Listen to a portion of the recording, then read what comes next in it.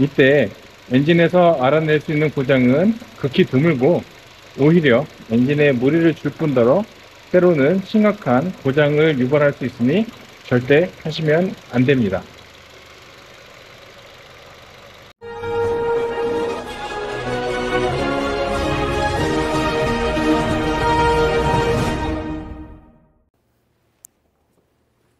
자공정TV 시청자 여러분 반갑습니다. 이번 시간은 자기진단기와 계측기를 활용한 항목에 대해서 살펴보는 시간을 갖도록 하겠습니다. 점검기록부에서 계측기를 사용하는 항목으로는 자기진단 항목과 공회전 작동 상태, 커먼 레일, 그리고 발전기 출력 부분, 라지에이터팬 작동 상태, 그리고 고전원 전기장치 부분과 LPG 연료 노출 부분입니다. 먼저 자기진단 항목에 대해 알아보도록 하겠습니다. 엔진과 변속기에 해당하는 항목이고요.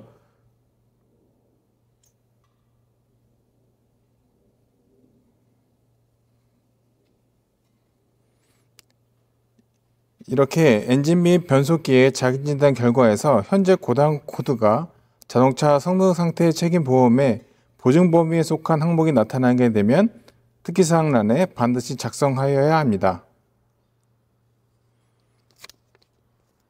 그런데 에러 코드 정도의 과거 고장 코드라면 단순히 소거 작업만으로는 삭제가 가능하지만 현재 진행 중인 고장의 코드로 경고등이 점등된 경우라면 고장 코드는 전혀 삭제되지 않거나 지금은 삭제가 되더라도 몇 번의 재시동 및 실제 주행하면서 다시 코드가 생성돼서 표출될 수 있기 때문에 코드 삭제만 가지고는 자동차 고장이 절대 고쳐지지 않는다라고 알고 계셔야 합니다.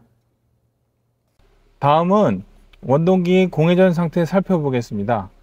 엔진 냉간 시에는 RPM을 올려서 워밍업을 하기 때문에 워밍업이 끝나고 난 뒤에는 안정된 아이들링 상태에서 차량의 공회전 상태를 체크해야 됩니다. 해당 차량의 정비 지침서를 참고하여서 규정된 엔진 공회전 회전수 범위 안에서 엔진 RPM이 유지되고 있는지 확인하도록 바랍니다.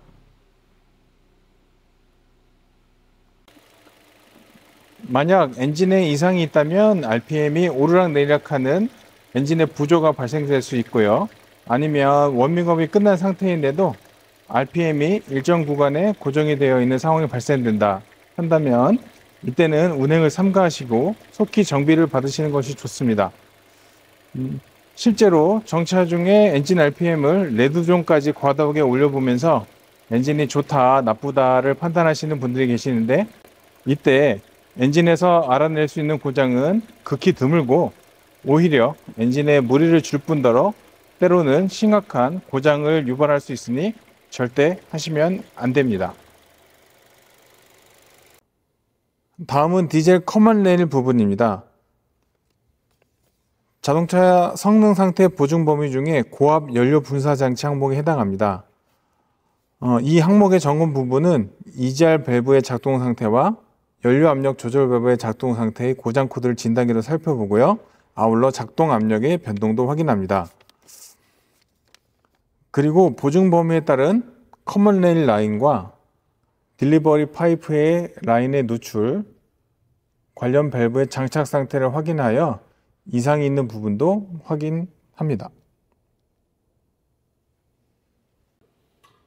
자동차 뒤편에서 매연이 많이 발생되어 머플러 끝단에 매연 자국이 과하게 묻어 있거나 주행할 때, 즉 부하가 걸려있는 급가속일 때 엔진 출력이 나오지 않거나 출력 저하와 더불어서 변속 지연의 증상까지 나타나는 차량이면 기본적으로 디젤 연료 분사 라인과 배출가스 재순환 장치의 정비 점검이 필요하다 볼 수 있습니다.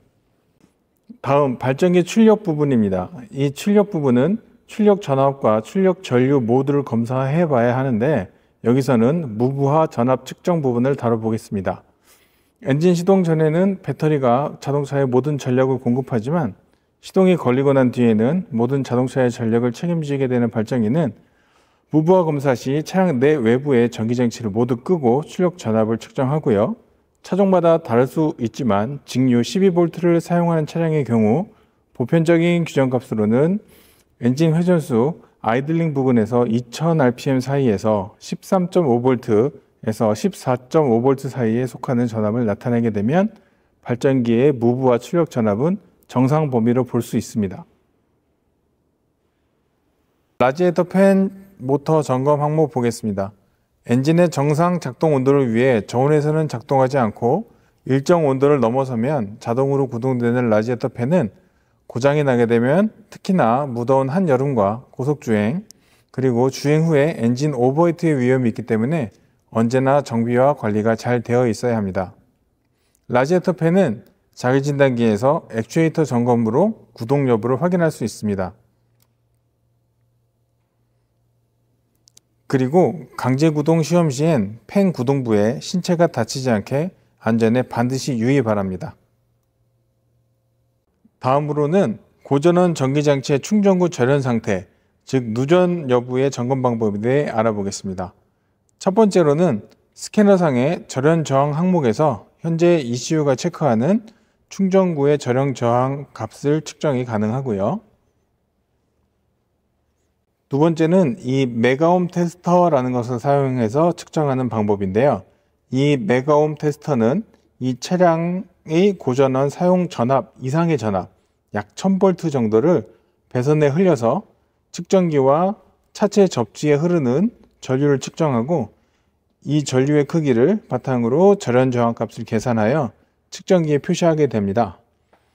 절연 상태가 양호하면 저항 값은 높게 나타나고 절연이 손상되었다고 하면 저항값은 낮게 표시됩니다. 자동차 관리법 시행규칙에 고시된 규정값은 전기자동차 충전 접속구의 활선도체부와 차체 사이의 절연 저항은 최소 1메가옴 이상일 것으로 되어 있습니다.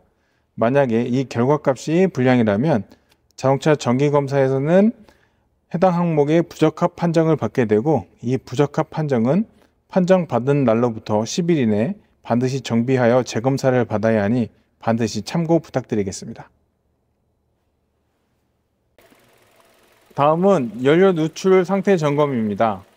경유나 휘발유의 누유는 유관으로 누유되어 번지거나 방울 맺히는 것이 관찰도 되고 냄새로도 누유를 찾을 수 있습니다만 가스 차량은 누유 자국은 찾을 수 없고 당연히 그 특유의 냄새로 확인이 가능하지만 그 양이 소량 누출일 경우에는 더더욱 사람의 후각으로는 찾기 매우 힘듭니다.